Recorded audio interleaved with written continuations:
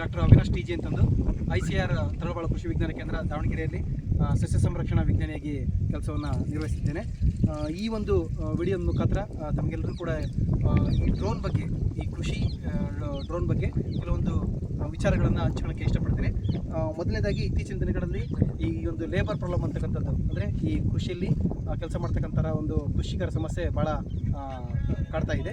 So ಇಂತಹ ಸಂದರ್ಭದಲ್ಲಿ ಕೆಲವೊಂದು ತಂತ್ರಜ್ಞಾನಗಳನ್ನು ಅಳವಡಿಸ್ಕೊಳ್ಳೋದು ನೀಡ್ ಆಫ್ ದ ಅವರ್ ಅಂತ ಕರಿತೀವಿ. ಅಂದರೆ ಈ ಒಂದು ಸಿಚುವೇಶನ್ಗೆ ಭಾಳ ಬೇಕಾಗಿರ್ತಕ್ಕಂಥ ಒಂದು ಸೌಲಭ್ಯವಾಗಿರುತ್ತೆ. ಹಂಗಾಗಿ ಈ ಒಂದು ಕೃಷಿಯಲ್ಲಿ ಸದ್ಯದಲ್ಲಿ ಇರ್ತಕ್ಕಂಥದ್ದು ಏನಪ್ಪ ಅಂತಂದರೆ ಈ ಸಿಂಪರಣೆ ಮಾಡೋಕ್ಕೆ.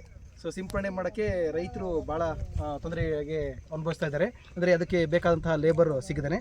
ಸೊ ಅದಕ್ಕೋಸ್ಕರ ಈ ಪರ್ಯಾಯವಾಗಿ ಏನು ಈ ಕಾರ್ಮಿಕರಿಗೆ ಪರ್ಯಾಯವಾಗಿ ನಾವು ಈ ಕೃಷಿ ಡ್ರೋನನ್ನು ನಾವು ಬಳಸಬಹುದಾಗಿದೆ. ಇಲ್ಲಿ ಏನು ಕಾಣ್ತಾ ಇದೆ, ಇದ್ರ ಬಗ್ಗೆ ಕೆಲವೊಂದು ಮಾಹಿತಿಯನ್ನು ಹಂಚ್ಕೊಳ್ತೇನೆ. ಸೊ ಇದೇನು ಈ ಡ್ರೋನ್ ಯಾವ ರೀತಿ ಇರುತ್ತಪ್ಪ ಅಂದರೆ ಹೆಲಿಕಾಪ್ಟರ್ ಯಾವ ರೀತಿ ಇರುತ್ತಲ್ಲ, ಸೊ ಅದೇ ಟೆಕ್ನಾಲಜಿಯನ್ನು ನೋಡಿ ಮಾಡಿರ್ತಕ್ಕಂಥದ್ದು. ಸೊ ಇದರಲ್ಲಿ ವಿಂಗ್ಸ್ ಅಂತ, ಇದು ಎಕ್ಸಾಕಾಪ್ಟರ್ ಅಂತ ಕರಿತೀವಿ. ಎಕ್ಸಾಕಾಪ್ಟರ್ ಅಂತಂದರೆ ಇದರಲ್ಲಿ 6 ರೆಕ್ಕೆಗಳಿರ್ತವೆ. ಸೊ ಅದಕ್ಕೆ ಎಕ್ಸಾಕಾಪ್ಟರ್ ಅಂತಂದು ಕರಿತೇವೆ. ಸೊ ಇದೇನು ಈ ವಿಂಗ್ ಇರುತ್ತೆ, ಇದು ಕಾರ್ಬನ್ ಫೈಬರಿಂದ ಮಾಡಿರುತ್ತೆ.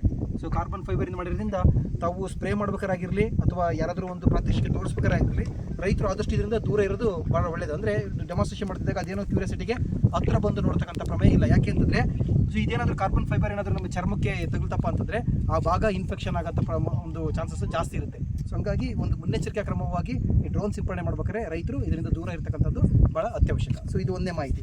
ಎರಡನೇದಾಗಿ ಇದ್ರ ಕೆಪಾಸಿಟಿ ಎಷ್ಟು ಅಂತ ತಮಗೆಲ್ಲ ಕೇಳ್ಬೋದು. ಹಂಗಾರೆ ಸೊ ಕೆಪಾಸಿಟಿ ಬಂದುಬಿಟ್ಟು ಇದು 10 ಲೀಟ್ರು. ಸೊ ಇದರಲ್ಲಿ ಬೇರೆ ಬೇರೆ ವೇರಿಯಂಟ್ ಬರುತ್ತೆ. ಸೊ ಇದು 10 ಲೀಟ್ರ್ ಕ್ಯಾನ್ ಬರುತ್ತೆ, 16 ಲೀಟ್ರದ್ದು ಬರುತ್ತೆ, ಅದೇ ರೀತಿ 20 ಲೀಟ್ರದ್ದು ಕೂಡ ಬರುತ್ತೆ. ಸೊ ಈಗ ನಾವು ಈ ತೋರಿಸ್ತಾ ಇರತಕ್ಕಂಥ ಒಂದು ವಿಡಿಯೋದಲ್ಲಿ ಸೊ ಇದು 10 ಲೀಟ್ರು ಕ್ಯಾನ್ ಇರತಕ್ಕಂಥ ಒಂದು ಡ್ರೋನ್ ಇದು. ಸೊ ಹಂಗಾರೆ ಈ ಒಂದು ಕ್ಯಾನ್ ಆದಮೇಲೆ ಇದು ಏನು ಪೆಟ್ರೋಲ್ ಹಾಕೋದು, ಡೀಸೆಲ್ ಹಾಕೋದು ಅಥವಾ ಬ್ಯಾಟ್ರಿ ಅಂತಂದು ನಿಮಗೆ ಅನಿಸಿರುತ್ತೆ. ಇದು ಎಲೆಕ್ಟ್ರಿಕ್ ಚಾರ್ಜಬಲ್ ಬ್ಯಾಟ್ರಿಯಿಂದ ಆಪರೇಟೆಡ್ ಇದೆ. ಸೊ ಇಲ್ಲಿ ಏನು ಕಾಣ್ತಿದ್ದೀವಲ್ಲ, ಇವೆರಡು ಕೂಡ ಬ್ಯಾಟ್ರೀಸು. ಇವು 22,000 mAh ಈಚ್ ಬ್ಯಾಟ್ರೀಸ್ ಇರ್ತವೆ, ಇದೊಂದು. ಸೊ ಒಂದು ಡ್ರೋನಿಗೆ 2 ಬ್ಯಾಟ್ರಿ, ಅಂದರೆ ಒಂದು ಪೈರ್ ಹಾಕಬೇಕು, 2 ಬ್ಯಾಟ್ರಿಗಳನ್ನು ಹಾಕಬೇಕಾಗುತ್ತೆ. ಈ ಬ್ಯಾಟ್ರಿ ದಕ್ಷತೆ ಅಂದರೆ ಒಂದು ಪೈರ್ ಹಾಕಿದರೆ ಎಷ್ಟು ಎಕರೆ ಸಿಂಪರಣೆ ಮಾಡ್ಬೋದು ಅಂತಂದರೆ, ಸೊ ನಾವು ಒಂದು ಜೊತೆ ಬ್ಯಾಟ್ರಿನ ಹಾಕಿದರೆ 2 ರಿಂದ 2.5 ಎಕರೆಯಷ್ಟು ಸಿಂಪರಣೆಯನ್ನು ಮಾಡ್ಬೋದಾಗಿದೆ ಒಂದು ಬ್ಯಾಟ್ರಿ. ಸೊ ಇದು ಮೇಜರ್ ಕಾಸ್ಟ್ ಬಂದುಬಿಟ್ರು ಈ ಒಂದು ಡ್ರೋನಲ್ಲಿ ಮೇಜರ್ ಕಾಸ್ಟ್ ಏನಪ್ಪ ಅಂದರೆ ಬ್ಯಾಟ್ರಿ ಇದೆ. ಸೊ ಬ್ಯಾಟ್ರಿ ಯಾಕೆ ಅಂತಂದರೆ, ಸೊ ಒಂದು ಟೈಮು ನಾವು ಬ್ಯಾಟ್ರಿನ ತಗೊಂಡ್ರೆ ಸೊ ಇವನ್ನು ಸುಮಾರು 400 ರಿಂದ 500 ಸೈಕಲ್ ಚಾರ್ಜ್ ಮಾಡ್ಬೋದು ಅಷ್ಟೇ. ಸೊ 500 ಪಟ್ಟಿಗೆ ನಾವು ಅದಾದಮೇಲೆ ಚಾರ್ಜ್ ಖಾಲಿ ಆದಮೇಲೆ ಅದು ಮತ್ತೆ ಚಾರ್ಜ್ ಆಗೋದಿಲ್ಲ, ಅದು ವೇಸ್ಟ್ ಆಗುತ್ತೆ. ಆನ್ ಅವರೇಜ್ ಒಂದು ಜೊತೆ ಬ್ಯಾಟ್ರಿಗೆ ಸುಮಾರು 35,000 ರಿಂದ 40,000 ರೂಪಾಯಿ ಆಗುತ್ತೆ. ಸೊ ಇದು ಮೇಜರ್ ಕಾಸ್ಟ್ ಆಫ್ ಡ್ರೋನ್ ಅಂತ ನಾವು ಹೇಳ್ಬೋದು. ಇದ್ರ ಜೊತೆಗೆ ನಾಜಲ್ ಬಗ್ಗೆ ಹೇಳ್ಬೋದು. ಈ ಡ್ರೋನ್ ಸಿಂಪರಣೆ ಮಾಡ್ಬೇಕಾದ್ರೆ ಸಾಮಾನ್ಯವಾಗಿ ರೈತರು ಏನು ಹೇಳ್ತಾರಪ್ಪ ಅಂತಂದರೆ, ಅದು ಸಿಂಪರಣೆ ಮಾಡ್ಬೇಕಾದ್ರೆ ಬಿಡಿಸೋದು ಅದು ಭಾಳ ಸಣ್ಣಕ್ಕೆ ಬರುತ್ತೆ, ಗಾಳಿಗೆ ಕೊಚ್ಕೊಂಡು ಹೋದಂಗೆ ಆಗ್ತಿರುತ್ತೆ, ಅಥವಾ ಇಲ್ಲಿ ಸ್ಪ್ರೇ ಮಾಡಿದರೆ ಎಲ್ಲೋ ಹೋದಂಗೆ ಆಗುತ್ತೆ ಅಂತಂದು ಕೆಲವರು ರೈತರು ಹೇಳ್ತಾ ಇರ್ತಾರೆ. ಆದರೆ ಇಲ್ಲಿ ನೀವು ಈ ಒಂದು ತಂತ್ರಜ್ಞಾನವನ್ನು ಭಾಳ ಸೂಕ್ಷ್ಮವಾಗಿ ಅಬ್ಸರ್ವ್ ಮಾಡಬೇಕು. ಏನಂದರೆ ಈ ಒಂದು ವಿಂಗ್ ಈ ರೀತಿ ತಿರುಗ್ತಿದ್ದಾಗ ಏರು ಕೆಳಗಡೆ ಪ್ರೆಷರ್ ಆಗ್ತಾ ಇರುತ್ತೆ. ಸೊ ಇದೇನು ಈ ರೀತಿ ತಿರುಗ್ತಾ ಇದ್ದಾಗ ಗಾಳಿ ಕೆಳಗಡೆ ಒತ್ತಡ ಆಗ್ತಿರುತ್ತೆ. ಈ ಫ್ಯಾನ್ ಕೆಳಗಡೆ ಈ ನಾಜಲ್ ಇರುತ್ತೆ. ಸೊ ಹಂಗಾಗಿ ನಾವು ಏನು ದೂರಿಂದ ನೋಡಿದ್ರೆ ಮಾತ್ರ ನಮಗೆ ಎಲ್ಲೋ ಓತು ಅಂತ ಕಾಣುತ್ತೆ. ಆದರೆ ಈ ನಾಜಲ್ ಕೆಳಗಡೆ ಬೀಳೋದ್ರಿಂದ ಈ ಮೇಲಿಂದ ಏನು ಗಾಳಿ ಬರುತ್ತೆ ಇದು ಒತ್ತಡವಾಗಿ ಪ್ರೆಸ್ ಮಾಡಿ ಸೊ ಅದು ಕರೆಕ್ಟಾಗಿ ಆ ಗಿಡಕ್ಕೆ ಬೀಳೋ ರೀತಿಯಲ್ಲೇ ನೋಡ್ಕೊಳುತ್ತೆ. ಸೊ ಅದಕ್ಕೋಸ್ಕರನೇ ಈ ಫ್ಯಾನ್ ಕೆಳಗಡೆ ಈ ನಾಜಲ್ ಇಟ್ಟಿರ್ತಕ್ಕಂಥದ್ದು. ಸೊ ಹಿಂಗಾಗೋದ್ರಿಂದ ಡ್ರಿಫ್ಟ್ ಲಾಸ್ ಅಂತ ಏನು ಕರಿತೀವಿ. ಸೊ ಅಂದರೆ ಇಲ್ಲಿ ಸ್ಪ್ರೇ ಮಾಡಿದರೆ ಬೇರೆ ಕಡೆ ಹೋಗೋಂಥ ಪ್ರಮಾಣ ಭಾಳ ಅವಾಯ್ಡ್ ಆಗುತ್ತೆ. ಸೊ ಅಂಥದ್ದಾಗೋದಿಲ್ಲ. ಸೊ ಅದಕ್ಕೂ ಮಿಗಿಲಾಗಿ ಏನಂದರೆ ನಾವು ಸಿಂಪರಣೆ ಮಾಡ್ಬೇಕಾದ್ರೂ ಕೂಡ ಏನು ಬೆಳೆ ಇರುತ್ತೆ, ಬೆಳೆಯಿಂದ ಒಂದು 2 ರಿಂದ 3 ಅಡಿ ಎತ್ತರದಲ್ಲಿ ಮಾಡ್ತಕ್ಕಂಥದ್ದು. ಅತಿ ಹೆಚ್ಚು ಎತ್ತರದಲ್ಲಿ ಮಾಡಿದರೆ ಹೇಳ್ದಂಗೆ ಅಲ್ಲಿಂದ ರೀಚ್ ಆಗೋಷ್ಟೊತ್ತಿಗೆ ಅದು ಜಾಸ್ತಿ ಟೈಮ್ ತಗೊಬೋದು. ಸೊ ಹಂಗಾಗಿ ಒಂದು 2 ರಿಂದ 3 ಅಡಿ ಅಂತರದಲ್ಲಿ ಇಟ್ಕೊಂಡು ಮಾಡ್ತಕ್ಕಂಥದ್ದು. ಸೊ ಈಗ ನಮಗೆ ಫ್ಯಾನ್ ಬಗ್ಗೆ ಹೇಳಿದ್ವಿ, ನಾಜಲ್ ಬಗ್ಗೆ ಇನ್ನೊಂದೇನಪ್ಪ ಅಂದರೆ, ಹಾಗಾದ್ರೆ 1 ನಿಮಿಷಕ್ಕೆ ಎಷ್ಟು ನಮಗೆ ಸೊಲ್ಯೂಷನ್ ಹೊರ ಬರುತ್ತೆ ಅಂತ ನಿಮಗೆ ಪ್ರಶ್ನೆ ಇರುತ್ತೆ ಒಂದು ನಾಜಲಿಂದ. ಸೊ ಒಂದು ನಾಜಲಿಂದ 1 ನಿಮಿಷಕ್ಕೆ ನಿಮಗೆ ಸುಮಾರು 400 ರಿಂದ 500 ml ಅಷ್ಟು ಲಿಕ್ವಿಡ್ ಬರುತ್ತೆ. ಒಂದು ನಾಜಲಿಂದ 400 ರಿಂದ 500 ml 1 ನಿಮಿಷಕ್ಕೆ. ಸೊ ಹಂಗಾದರೆ ಅಲ್ಲಿಗೆ 4 ನಾಜಲ್ ಇರೋದ್ರಿಂದ 1 ನಿಮಿಷಕ್ಕೆ 2 ಲೀಟ್ರ್ ಅಷ್ಟು ನಮಗೆ ಏನು ಸೊಲ್ಯೂಷನ್ ಇರುತ್ತೆ ಅದು ಡಿಸ್ಚಾರ್ಜ್ ಆಗುತ್ತೆ. ಸೊ ಅದಕ್ಕೋಸ್ಕರ ಹೇಳ್ತಕ್ಕಂಥದ್ದು 1 ಎಕರೆ ಅಂದರೆ ನಾವು ಈಗ 10 ಲೀಟ್ರ್ ಖಾಲಿ ಮಾಡೋಕ್ಕೆ ಸುಮಾರು 4 ರಿಂದ 5 ನಿಮಿಷಕ್ಕೆ 10 ಲೀಟ್ರ್ ಅಷ್ಟು ನಮಗೆ ಖಾಲಿ ಆಗುತ್ತೆ. ಸೊ ನಾವೀಗ ಸಿಂಪರಣೆ ಮಾಡ್ತಕ್ಕಂಥದ್ದು ಕೂಡ 1 ಎಕರೆಗೆ ನಾವು ಸಿಂಪರಣೆ ಮಾಡ್ತಕ್ಕಂಥ 10 ಲೀಟ್ರ್. ಸೊ 10 ಲೀಟ್ರನ್ನ ನಾವು ಸಿಂಪರಣೆ ಮಾಡ್ತೀವಿ. ಸೊ ಹಂಗಾಗಿ ನಾಜಲ್ದ ಬಗ್ಗೆ ಇದ್ರ ಬಗ್ಗೆ ಭಾಳ ಒಂದು ಮಿಸ್ಕನ್ಸೆಪ್ಷನ್ ಇದೆ. ಏನಪ್ಪ ಅಂತಂದರೆ, ಈ ಸಣ್ಣ ಪಾರ್ಟಿಕಲ್ ಸೈಜ್ ಬಗ್ಗೆ ಮಾತಾಡಿದ್ರೆ ಇನ್ನು ಕ್ರಿಟಿಕಲ್ ಆಗಿ ರೈತರದ್ದು ಇನ್ನೊಂದು ಅಂದರೆ, ಸರ್ ನಾವು 1 ಎಕರೆ ಹಾಕ್ತಕ್ಕಂಥ ಕೆಮಿಕಲನ್ನು 10 ಲೀಟ್ರ್ ಹಾಕಿದರೆ ಮತ್ತು ನಮ್ಮದು ಬೆಳೆ ಸುಟ್ಟೋಗೋದಿಲ್ಲ ಅಂತಂದು ಒಂದು ಕಾಮನ್ ಕ್ವಶನ್ ಇದೆ ಎಲ್ಲಾದರೂ ಕೂಡ. ಖಂಡಿತವಾಗ್ಲೂ ಕೂಡ ಏನೂ ತೊಂದರೆ ಆಗೋದಿಲ್ಲ. ಯಾಕೆ ಅಂತಂದರೆ, ಸೊ ಇದೇನು ಪಾರ್ಟಿಕಲ್ ಸೈಜ್ ಇರುತ್ತೆ, ಸೊ ಈ ಪಾರ್ಟಿಕಲ್ ಸೈಜ್ ಬಂದ್ಬಿಟ್ಟು ಭಾಳ ಚಿಕ್ಕದಾಗಿರುತ್ತೆ. ನಮ್ಮ ನ್ಯಾಪ್ಸಾಕ್ ಸ್ಪ್ರೇಯರ್ ನಾವೇನು ಎಗ್ಲಿಯಕ್ಕೆ ಸ್ಪ್ರೇ ಮಾಡ್ತೀವಿ, ಸೊ ಆ ಡ್ರಾಪ್ಲೆಟಿಗೂ ಈ ಡ್ರಾಪ್ಲೆಟಿಗೂ ಕಂಪೇರ್ ಮಾಡಿದರೆ ಸುಮಾರು ಆದರೂ ಒಂದು ಡ್ರಾಪ್ಲೆಟು ಇದರಲ್ಲಿ ಒಂದು 20 ರಿಂದ 25 ಡ್ರಾಪ್ಲೆಟ್ ಆಗಿ ಡಿವೈಡ್ ಆಗಿರುತ್ತೆ.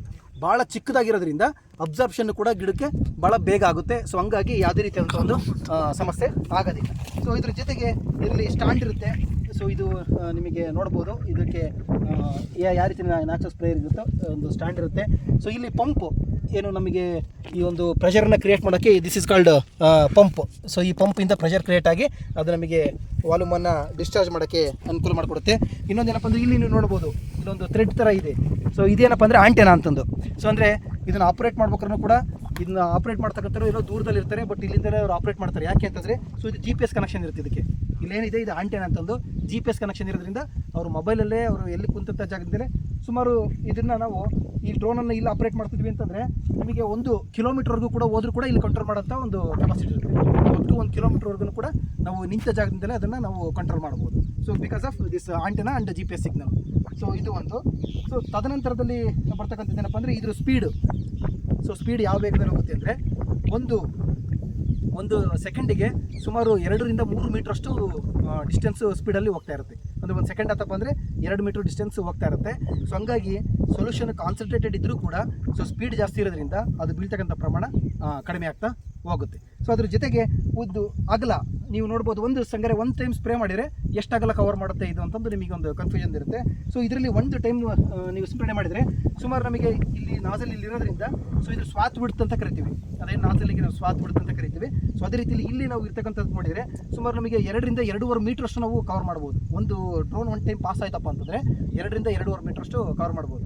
ಸೊ ಇದೆಲ್ಲ ರೀಸನ್ನಿಂದಲೇ ನಾವು ಹೇಳ್ತಕ್ಕಂಥದ್ದು ಒಂದು ಎಕರೆ ಸಿಂಪಡಣೆ ಮಾಡೋಕ್ಕೆ ನಿಮಗೆ 4 ರಿಂದ 5 ನಿಮಿಷದಲ್ಲಿ ಒಂದು ಎಕರೆನ ಸಿಂಪಡಣೆಯನ್ನು ಮಾಡ್ಬೋದು ಅನ್ನೋದು ಏನು ನಾನು ಇದ್ರದ್ದು ಒಂದು ಕೆಲವೊಂದು ಫೀಚರ್ಸ್ ಹೇಳಿದೆ.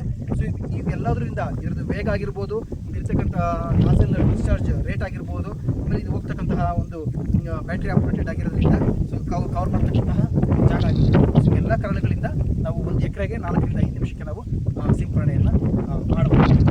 ಇಷ್ಟು ಕೆಲವೊಂದು ಈ ಒಂದು ಕೃಷಿ ಡ್ರೋನ್ ಬಗ್ಗೆ ಕೆಲವೊಂದು ಏನದ್ರ ಬಗ್ಗೆ ಒಂದು ತಂತ್ರಜ್ಞಾನಗಳಿದ್ದಾವೆ. ಸೊ ಅದನ್ನು ನಿಮ್ಮೆಲ್ಲರ ಜೊತೆ ಈ ಒಂದು ವಿಡಿಯೋ ಮುಖಾಂತರ ಹಂಚ್ಕೊಳ್ಳೋಕ್ಕೆ ಇಷ್ಟಪಟ್ಟಿದ್ದೀನಿ. ಧನ್ಯವಾದ. ಸೊ ಇದರಲ್ಲಿ ಏನಪ್ಪ ಅಂತಂದರೆ ನೀವು ನೋಡ್ಬೋದು 6 ರೆಕ್ಕೆಗಳನ್ನು ಕೊಟ್ಟಿರ್ತಾರೆ. ಆದರೆ ನಾಜಲ್ ಮಾತ್ರ 4 ರೆಕ್ಕೆಗಳ ಕೆಳಗೆ ಮಾತ್ರ ನಾಜಲ್ ಇರುತ್ತೆ. ಇನ್ನೆರಡು ಕಡೆ ನೀವು ನಾಜಲ್ ಇಲ್ಲ. ಸೊ ಹಂಗಾರೆ ಇದು ಏನಕ್ಕೆ ಕೊಟ್ಟಿದ್ದಾರೆ ಅಂತಂದರೆ ಸೊ ಬ್ಯಾಲೆನ್ಸ್ ಮಾಡೋಕ್ಕೆ. ಸೊ ಈ ಡ್ರೋನ್ ಮೂಮೆಂಟ್ ಆಗ್ಬೇಕಾದ್ರೆ ಅದು 2 ಸಪೋರ್ಟಿವ್ ಆಗಿ ಇವೆರಡು ರೆಕ್ಕೆಗಳಿರ್ತವೆ. ಆಮೇಲೆ ಏನಪ್ಪ ಅಂದರೆ ಇಲ್ಲಿ ಇದ್ದಾಗ ಆಮೇಲೆ ಇಲ್ಲಿಗೆ ಒಂದು ಕೊಟ್ಟರೆ ಏನಾಗುತ್ತೆ ಅಂದರೆ ಸೊ ಈ ಏರಿಯಾನ ಇದೇ ನಾಜಲ್ ಕವರ್ ಮಾಡಿರುತ್ತೆ ಆಲ್ರೆಡಿ. ಸೊ ಮತ್ತೆ ಇದಕ್ಕೂ ಕೂಡ ಒಂದು ನಾಜಲ್ ಕೊಟ್ಟರೆ ಸೊ ಅವಾಗ ಏನಾಗುತ್ತೆ ಅಂದರೆ ಸ್ಪ್ರೇ ಸೊಲ್ಯೂಷನ್ ಎಕ್ಸ್ಟ್ರಾ ಆದಂಗೆ ಆಗುತ್ತೆ. ಸೊ ಅವಾಗ ಫೈಟೋಟಾಕ್ಸಿಕ್ ಆಗೋಂಥ ಚಾನ್ಸಸ್ ಇರುತ್ತೆ. ಸೊ ಹಂಗಾಗಿ ನಾಜಲ್ ಕೊಟ್ಟಿರೋದಿಲ್ಲ, ಜಸ್ಟ್ ಬ್ಯಾಲೆನ್ಸ್ ಮಾಡೋಕ್ಕೋಸ್ಕರ ವಿಂಗ್ ಅಷ್ಟೇ ಇರುತ್ತೆ.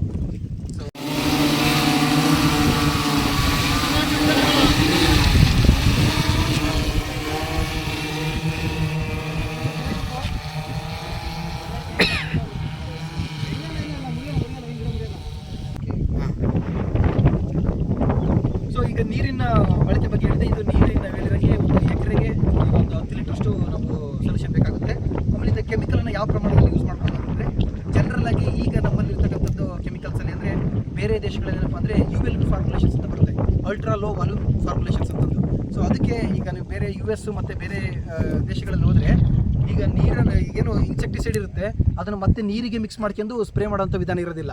ಆಲ್ರೆಡಿ ULV ಫಾರ್ಮುಲೇಷನ್ಸ್ ಅಂತಿರುತ್ತೆ, ಅಲ್ಟ್ರಾ ಲೋ ವಾಲ್ಯೂಮ್ ಫಾರ್ಮುಲೇಷನ್ಸ್ ಅಂತಂದು. ಅಂದರೆ ಒಂದು ಎಕರೆಗೆ ಒಂದು 10 kg 10 ಲೀಟ್ರ್ ಸ್ಪ್ರೇ ಮಾಡೋಕ್ಕಪ್ಪ ಅಂದರೆ 10 ಲೀಟ್ರ್ ಮಿಕ್ಸ್ ಆಗಿರ್ತಕ್ಕಂಥ ಸೊಲ್ಯೂಷನ್ನೇ ಇರುತ್ತೆ.